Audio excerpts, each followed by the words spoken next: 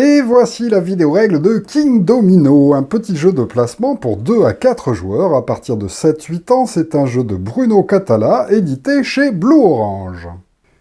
Au niveau matériel, c'est très simple. Vous allez trouver des petites tuiles de départ. Chacun va pouvoir en récupérer une et la placer devant lui, ainsi qu'un château à sa couleur. Effectivement, il y a des jolis petits châteaux comme ceci en 3D qu'il faudra évidemment construire avec un toit de la couleur sélectionnée.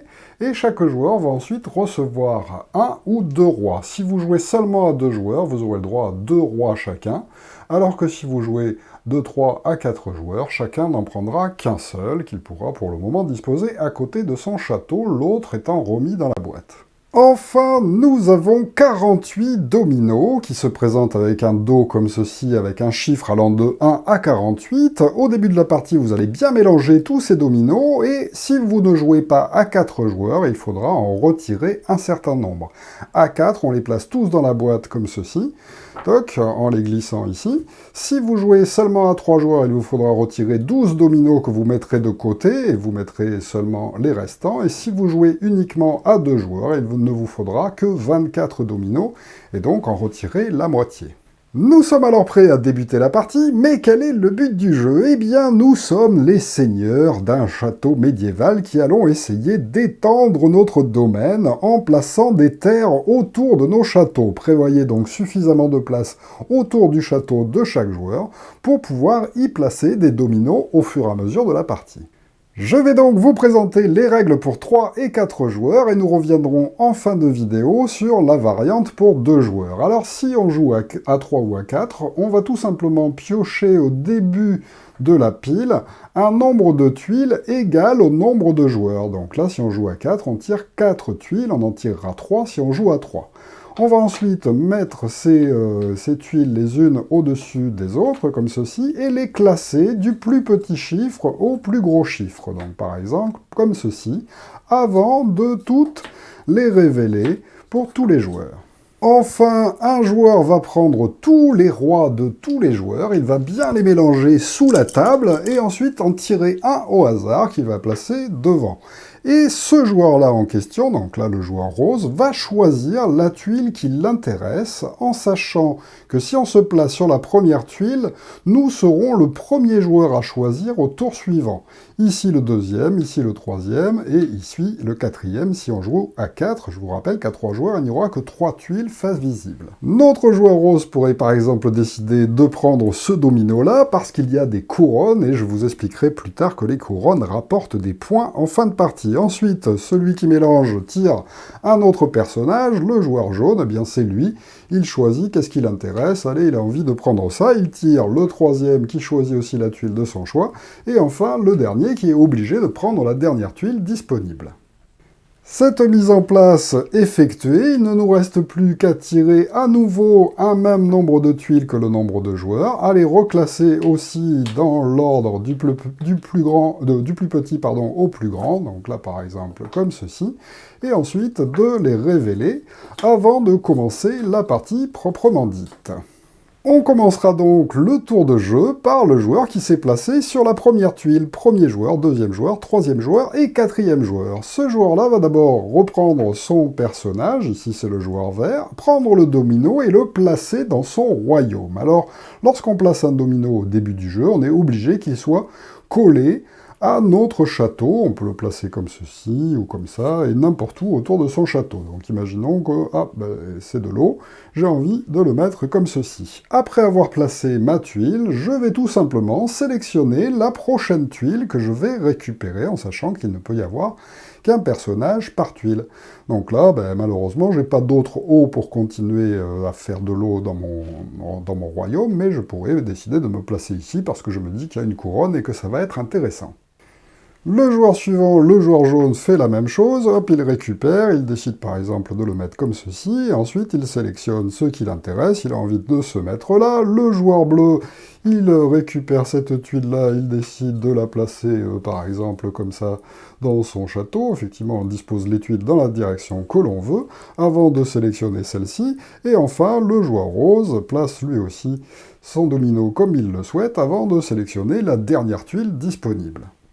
Le tour est alors terminé et il suffit à nouveau de tirer 4 tuiles à l'intérieur du distributeur, toujours pareil, hop, de les classer du plus petit au plus grand, et de continuer ainsi à partir du premier joueur. Donc cette fois-ci, maintenant, c'est le rose qui est premier, et c'est lui qui sélectionnera la tuile de son choix parmi les 4 nouvelles disponibles. Alors attention, lorsqu'on a sélectionné une nouvelle tuile, on est obligé de la connecter à au moins un terrain identique. Donc là, par exemple, si le joueur avait sélectionné cette tuile-là, ou a été obligé de la prendre, eh bien malheureusement, il ne peut pas la connecter à une couleur qui ne correspond pas. Heureusement, notre château est un joker, et autour du château, on peut toujours poser n'importe quelle tuile. Donc il suffit qu'il y ait une connexion de bonne, là par exemple entre les deux, pour avoir le droit de placer la tuile, même si ici, il n'y a pas de connexion valable. Pour faire un autre exemple, notre joueur jaune, par contre, a récupéré une tuile qui correspond à ce qu'il y a sur son plateau de jeu. Il peut donc très bien placer cette tuile soit comme ça, soit comme ça, soit comme ça, puisqu'elle est bien connectée avec du vert, soit comme ceci, soit comme ça, soit comme ça, soit comme ça. Enfin voilà, il y a plein de possibilités. Mais attention, les joueurs n'auront pas le droit de dépasser un carré de 5 sur 5, et en fin de partie, nous aurons entièrement complété normalement un carré de 5 sur 5. Il faudra faire attention lorsqu'on place des tuiles, de ne pas dépasser 5 en hauteur ou 5 en largeur. Donc là, pour l'instant, ça fait 3 de large et 3 de haut, donc ça va. Et la partie se poursuit ainsi avec l'alternance. À chaque fois qu'on a tous sélectionné les nouvelles tuiles, hop, on en tire 4 nouvelles, on les place encore dans l'ordre, et c'est reparti pour un tour, toujours en commençant par le joueur le plus haut, ici le vert.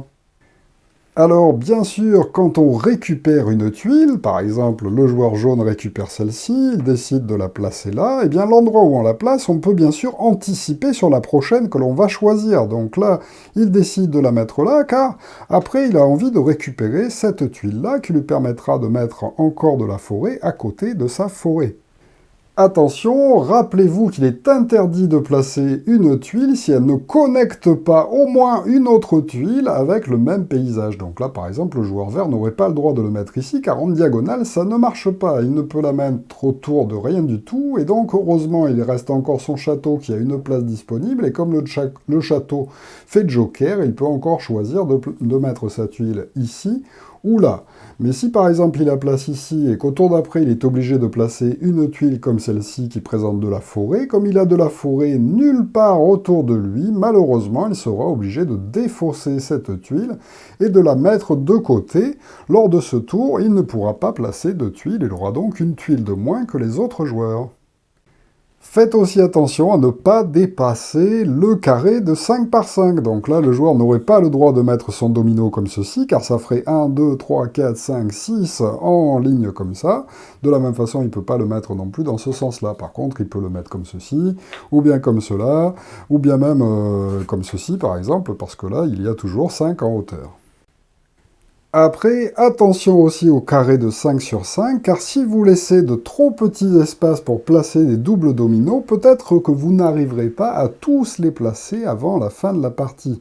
Là, par exemple, si mon joueur décide de placer son eau comme ceci, il a déjà fait une hauteur de 5, et là aussi une largeur de 5, donc il sera obligé de remplir ici. Et si je remplis ici, malheureusement, si je mets un domino double, eh bien, il restera un carré qui sera impossible à remplir. Donc là, il faudrait mieux mettre son domino là pour avoir la place d'en placer 2 autres plus tard dans la partie.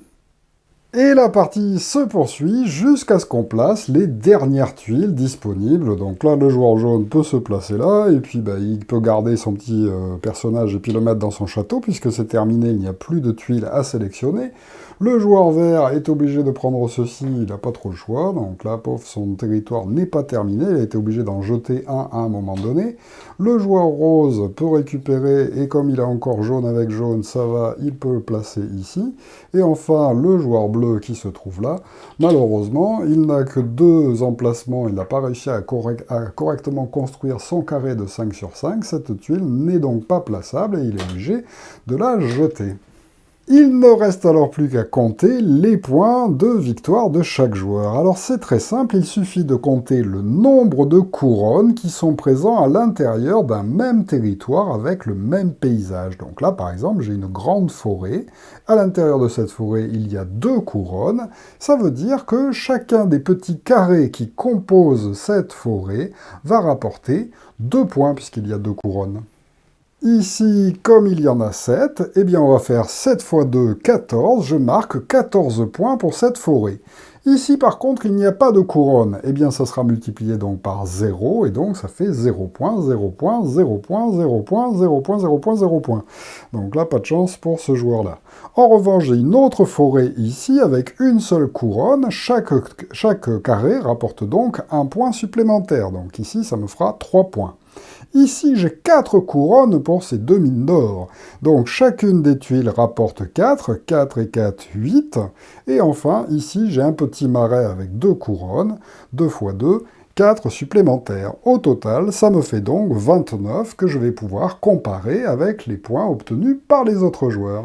Dans mon exemple, c'est ce joueur-là qui, avec surtout cette grande zone avec de l'eau et puis des petites cabanes, qui lui rapporte 32 points déjà rien que pour ça. Puis en plus, ici, il y a 5 couronnes.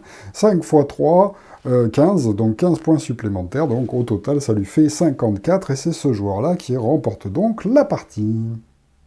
Alors, comment joue-t-on à 2 joueurs? Eh bien, chacun va jouer avec 2 rois. En début de partie, on va donc placer tous ces rois sous la table, et puis pareil, les tirer un par un pour les disposer. Là, le joueur jaune choisit la tuile de son choix.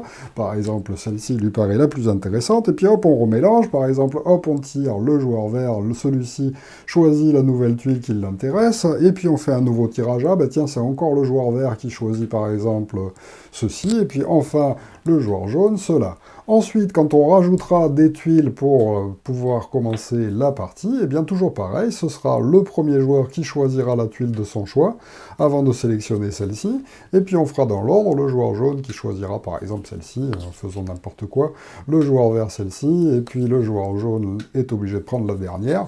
Au tour d'après, ce sera vert qui commencera, et puis vert qui choisira sa deuxième, et puis jaune qui sera obligé de prendre les 2 dernières, et ainsi de suite. Enfin, il existe quelques petites variantes que vous pouvez ajouter si vous le souhaitez. Alors déjà, il y a la possibilité de jouer sur 3 manches en dynastie. À l'issue des 3 manches, vous cumulerez les points faits sur les 3 parties, et c'est celui qui en a le plus qui l'emportera. Comme ça va compenser un petit peu le hasard éventuellement de la pioche. Deuxième possibilité, vous pouvez jouer avec la règle de l'Empire du Milieu. À ce moment-là, ça va obliger les joueurs à tenter de construire leur royaume avec leur château bien au milieu de ce royaume. Donc là, par exemple, ce joueur a réussi, mais celui-ci a réussi aussi, même s'il n'a pas complété entièrement son royaume, son château se trouve bien au centre. À ce moment-là, chaque joueur qui aura réussi marquera 10 points supplémentaires. Autant vous dire que tout le monde doit essayer de le faire pour ne pas perdre 10 points par rapport aux autres joueurs qui auront certainement réussi. Donc à faire une fois que vous connaissez un petit peu le jeu. Enfin, vous pouvez aussi jouer avec une autre petite variante qui vous dit que vous marquez 5 points supplémentaires si vous parvenez justement à remplir entièrement votre royaume avec des tuiles et non pas laisser des trous. Donc là, par exemple, ce joueur aurait à ce moment-là 5 points de pénalité lorsqu'on n'arrive pas à le remplir entièrement. Donc ça ferait moins 5 pour ce joueur et moins 5 pour celui-ci qui en plus a déjà moins 10 parce qu'il ne s'est pas placé au centre. Donc il a très très mal joué. Enfin, nous avons vu qu'à 2 joueurs, nous avons placé normalement la moitié seulement des tuiles à l'intérieur de la boîte. Eh bien, vous pouvez décider de jouer en mettant toutes les tuiles et en construisant chacun un royaume de 7 sur 7 au lieu de 5 sur 5. Évidemment, ça devient beaucoup plus complexe et vous allez marquer plus de points. Mais évidemment, vous ne pouvez jouer qu'à 2 dans cette version. Voilà donc pour King Domino, un excellent petit jeu tactique et puis de placement. Alors très simple, on peut y jouer à partir à mon avis de 6-7 ans même, peut-être pas sur le comptage des points qu'il faudra peut-être effectuer car il y a pas mal de multiplications à effectuer, mais ça peut être sympa aussi pour les enfants justement à réaliser. Puis après, jouer entre adultes c'est aussi très très bien car il y a plein de petites stratégies à effectuer. Effectivement, on peut prévoir d'un tour sur l'autre ce qui va se passer En plus de ça, les illustrations de Cyril Bouquet sont magnifiques. Effectivement, il y a plein de petits détails, comme ceci, sur les tuiles. Oh, bah tiens, vous avez vu, c'est le petit poucet et ses bottes de 7 lieues. Voilà, il y a plein de jolies images qui sont magnifiquement illustrées. En plus, les tuiles sont de qualité vraiment très solide. Donc vraiment un excellent jeu qui va certainement faire un beau succès et peut-être pour longtemps. Voilà, merci de m'avoir suivi et à très bientôt pour une nouvelle vidéo règle. Au revoir.